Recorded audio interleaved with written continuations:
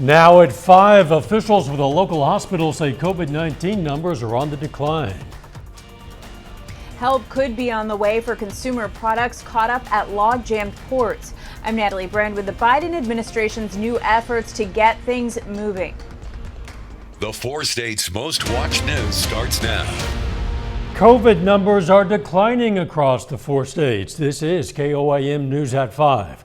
According to data from the Missouri and Kansas Departments of Health, cases in our area have dropped in the past week compared to 2 weeks ago. In Kansas, Cherokee, Crawford, Bourbon, and Labette counties have reported lower COVID numbers, with Neosho County showing a slight increase in cases. In Missouri, Vernon, Barton, Jasper, and McDonald show lower case numbers, while Newton County has seen a slight increase. Over the last several weeks, it seems to be 1 week is a little bit of a bump, the next week will go down, then the next week is a little bit of a bump. So it just seems to be the natural ebb and flow of this virus, that you'll have a little bit of a spike, but not too bad, and then it'll go down the following week. Tonight at 6, we're going to hear more from officials on what's likely causing the decline in most parts of the 4 states.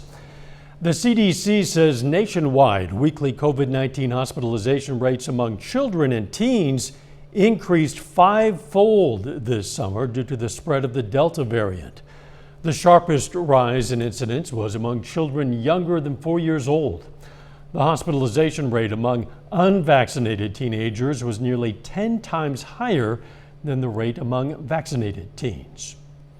Checking in with Nick Kelly now for our first look at the weather. We were rocking and rolling with another good batch of strong to severe storms this morning, Dal, but thankfully, at least from Joplin's perspective, quite a bit of cloud cover still around, sure, but we managed to keep most of the afternoon dry. That being said, we are still seeing some rain and even trying to see some thunderstorms get going again in our far southeastern counties. You can see the brunt of the action in the southern parts of Berry County and then continuing as you work north to Stockton Lake back toward Nixa and Springfield. At the very least, we have flash flood watches for Berry, Lawrence, McDonald, and Newton counties until Thursday at 7, but everyone is still set to see more rain over the next few days because this storm system still has not cleared the area. So that is setting the stage for more rain to just keep on working in. Most of us, though, at least seeing lower to middle 70s right now. Eventually, though, that we'll see lows dropping back into the lower 60s. We'll see how much more rain is on the way here in a bit. See you then. The Biden administration today took steps to try to unblock the logjam of consumer products that are stuck at U.S. ports. The shipping bottleneck is leading to rising prices, which threatens the holiday shopping season.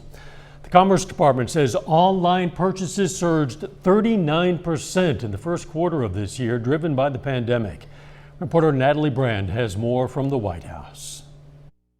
With port problems boiling over off the coast of California, President Biden announced new efforts to address the logjam after meeting with industry leaders. Today we have some good news. They're going to help speed up the delivery of goods all across America. The Port of Los Angeles says it will expand to 24/7 operations, and some of the nation's biggest shippers and retailers are committing to expanding their hours too, including UPS, FedEx, and Walmart. This is an important step to be taking today. John Drake, the VP of Supply Chain Policy at the U.S. Chamber of Commerce, classifies the current supply chain issues as a crisis. I think if this issue is not addressed, the American consumer is going to see price increases across the board. The business community can't simply continue to absorb the types of increases in transportation costs. The country is also dealing with a truck driver shortage. The Department of Transportation says it's working with states to get trucking licenses out faster. The increased demand for goods combined with disruptions has increased the cost of goods just ahead of the holiday shopping season. I don't see this challenge being fully behind us until the end of next year and possibly into 2023. A new report from the Labor Department shows inflation rose again in September. The Consumer Price Index is now 5.4% higher this year compared to last. Natalie Brandt, CBS News, Washington. This week, Treasury Secretary Janet Yellen told CBS News she believes prices will eventually return to normal once supply chain issues are resolved. The Biden administration is also lifting travel restrictions along the Mexican and Canadian borders. Starting next month, vaccinated travelers will be allowed to enter for non-essential activities like tourism and family visits. Advocates say this will also help businesses that rely on cross-border commerce. Star Trek's William Shatner has gone where no 90-year-old has gone before. The actor, best known as Captain Kirk, today went on a real-life adventure to the final frontier aboard a spaceship built by Jeff Bezos' Blue Origin company. Shatner and 3 fellow passengers traveled to the edge of space, about 66 miles high, in the 10-minute up and down flight. The 90-year-old Star Trek hero is now the oldest person ever to ride a rocket. City of Joplin and Missouri Southern today handed out certificates for the first graduates of the new Fire Academy. The academy was created earlier this year and classes started in the summer. 12 students received their certificates today, and one of them was honored with the Steve Fierro Endowed Memorial Scholarship Award. It honors a Carthage firefighter who died in the line of duty in 2004. 2.5 years worth of planning that started over a lunch at Gusano's has come to having, all the presidents of Missouri Southern out here, all the city leaderships out here, the news is out here. We have a graduating class. It's a little bit humbling. There's a lot of moving pieces, a lot of things that went into this. Officials say the scholarship award will be given to one graduate every year. Still ahead, a surge of Americans leaving their jobs.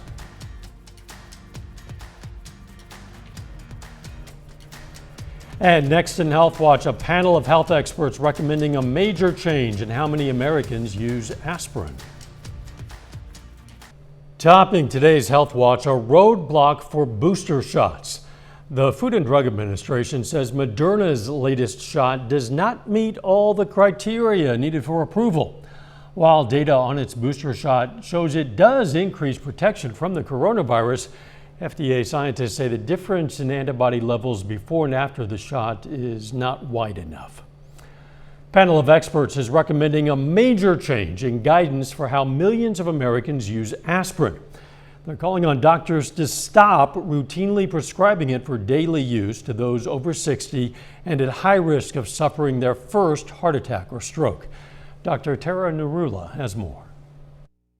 After years of recommending low-dose aspirin to prevent a heart attack or stroke, the U.S. Preventive Services Task Force has changed course. Based on the latest evidence, we now recommend that people 60 years and older should not start to take aspirin because the harms cancel out the benefits. Dr. John Wong and his colleagues say those harms could include internal bleeding that can be fatal, saying now don't start taking the drug if you're 60 or older and have no history of those conditions. The recommendations do not apply to those who have had a heart attack or stroke and are taking daily aspirin. For adults in their 40s and 50s who are at higher risk for cardiovascular disease, but with no history of the disease, the panel recommends they take aspirin only if their doctor advises taking it. Low-dose aspirin is commonly used as a pain reliever, but it is also a blood thinner, which could prevent heart attacks as it reduces blood clots. The about face could affect the daily lives of millions. Doctors with the National Institutes of Health estimate 29 million people who do not have heart disease are taking aspirin every day for prevention, and of those, almost 7 million people do so without a medical recommendation. We're asking patients who are concerned about having a stroke or heart attack to have a conversation with their trusted clinician. I'm Dr. Tara Narula, CBS News, New York. The task force is calling for more research on using aspirin to prevent colorectal cancer. People who've been diagnosed with a mental illness are more likely to have poor sleep quality compared to the general population. That's according to the largest study of its kind. Canadian researchers tracked nearly 90,000 people, and they found those with mental illness woke up more frequently in the middle of the night and stayed awake for longer periods of time. And 3/4 of U.S. teenagers were protected by at least one dose of the human papillomavirus in the vaccine in 2020, an increase of more than 3% compared to the year before. That's according to the CDC. Still, about 40% of teens have not received their second and third doses, which may be due to the pandemic. The HPV vaccine can prevent some cancers. And that is a look at today's health news. A little bit later, our pet vet on call. Hi, I'm Dr. Eva Dude from Parsons Pet Hospital. Coming up, we got an animal fun fact about sea turtles. But first, we'll look back on what the storms this morning did, and we'll see how much more rain's in the forecast when we come back.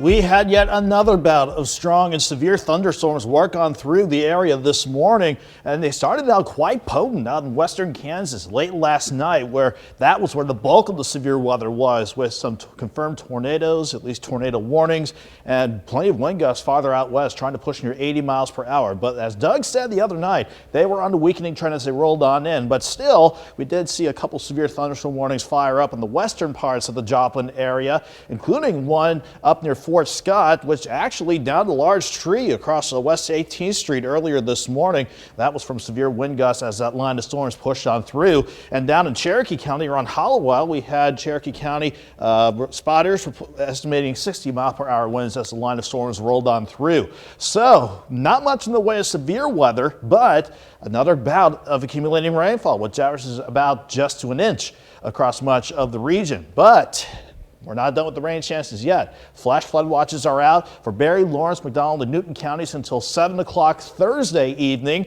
because even though that line of storms is completely long gone, we're still seeing some trailing rain and thunderstorms as they continue to develop, and eventually this is all going to expand northward closer to the Joplin area at the very least. But for the time being, the only heavy rain I can find is around central and northeastern parts of Berry County, staying just to the north and west of Stockton Lake, not Stockton Lake, Table Rock Lake. That's the lake I'm thinking of.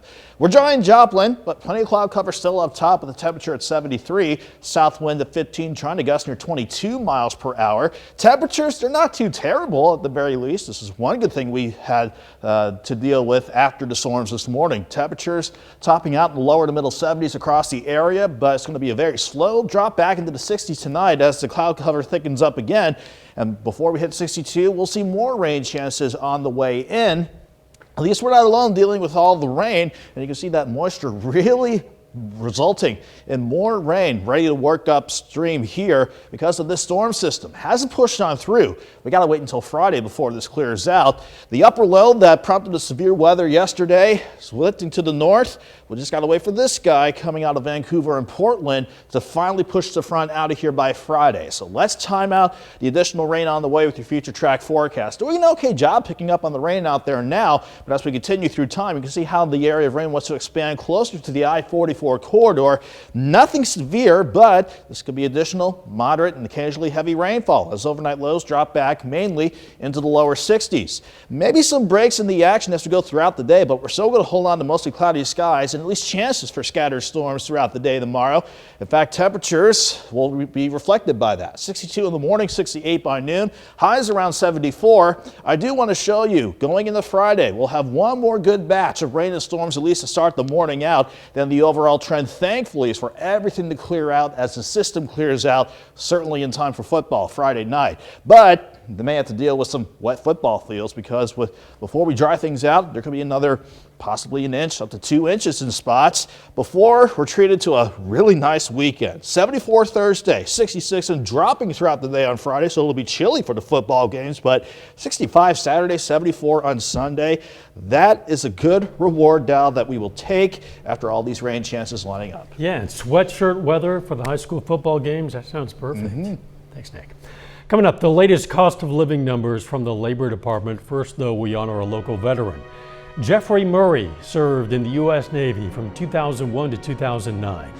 His hometown, Fort Scott, Kansas, and we salute Petty Officer 3rd Class Jeffrey Murray, a four-state hero. Topping today's Consumer Watch again, the cost of living in the U.S. rose in September. Specifically, according to the Labor Department, the Consumer Price Index rose 0.4% last month. That was more than expected. Prices also increased on an annual basis, rising 5.4%. Another major company is issuing a vaccine mandate. Boeing says its employees must be vaccinated against the coronavirus or their jobs could be in jeopardy. According to the Seattle Times, the plane maker says workers have until December 8th to get their shots. Employees can request exemptions for certain medical reasons or religious beliefs. Any employee granted an exemption will have to undergo regular testing for COVID-19. Employers are suffering through a worker shortage. One reason, a record number of people are quitting their jobs. Reporter Michael George has more on what's being called the Great Resignation in today's Making It Work report. I want to wake up every day with that natural, I call it childlike wonder. That led Dawn Werner to quit her job of 20 years in finance this summer. She decided to change careers completely and work for an airline in consumer insight. The pandemic may have influenced it in that I think it changed my mindset. The U.S. Labor Department says a record 4.3 million Americans quit jobs in August. That's the highest number ever recorded. CBS News business analyst Jill Schlesinger told CBS Mornings the pandemic led many people to rethink their careers. There are those folks who were basically saying, I learned a lot about myself, my family. I want a better work-life balance, and I've got to figure out how to do that.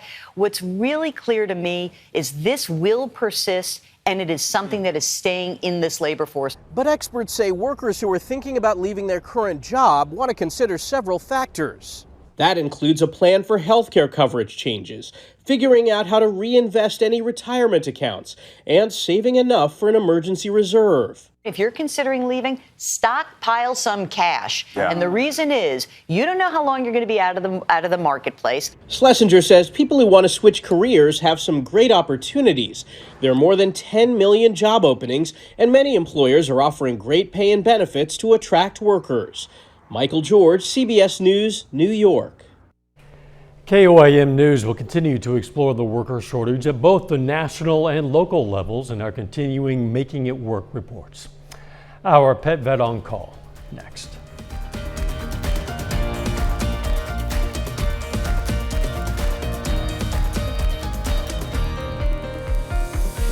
CBS Evening News is next. Then on KOAM News at 6, we're going to have more on the recent decline in COVID cases in the area. Plus, the state of Missouri adopts new test-to-stay guidelines for schools. And Missouri Southern hosts Central Missouri this weekend in football. We're going to hear from the Lions and look at the streaks they're trying to break with a win. Stay with us for the CBS Evening News and then KOAM News at 6. The wide range of environments in this world impact creatures in ways you might never imagine. Today, our Pet Vet on Call brings us a fun fact about sea turtles. Sea turtles are amazing. They can spend up to 5 hours in the ocean holding their breath by slowing down their heart rate. And they do come out for long hours at a time to bask in the sun, and the females come out to lay their eggs in the beach. A female can lay up to 100 eggs, and they are all always of undetermined sex. The sex of a sea turtle baby is determined by the temperature of the sand. If it's warm, they'll be females. If it's a little cooler, they'll be males. So theoretically, if they are all on the same plane in the nest, they could all be one sex. What do you know? We invite questions from anyone. If you have one, you just send it to petvet@koamtv.com. Dr. Eva Dudek from the Parsons Vet Hospital answers a different question or brings us a fun fact every Wednesday on KOAM News at 5. You can also find answers to previous questions on our website. All right, let's check out our picks of the litter for the week from the Joplin Humane Society. No sea turtles, but we've chosen one male dog, one female cat. Chip is a male puppy hound of unknown type, a mixture of medium to chocolate brown, cute little guy. And that beautiful gray cat is a female named Sheba. If you're looking for a pet, why not at least check out your local Humane Society? They always have a lot of great ones. Chances for more rain ahead, Nick. Yes, picking up again tonight and off and on throughout the day tomorrow for some of you. 74 degrees for the afternoon tomorrow. 66 early Friday, then dropping, but thankfully Friday. So we'll start with rain chances, then we'll dry out just in time for Friday night football. And the rest of the weekend Dallas looking great. Mostly sunny skies. We'll go mid-60s Saturday and 74 Sunday. We'll take it for sure. Thanks for joining us. The CBS Evening News is next. And of course, we're going to be right back here for KOAM News at 6. See you then. Let's make it a great evening.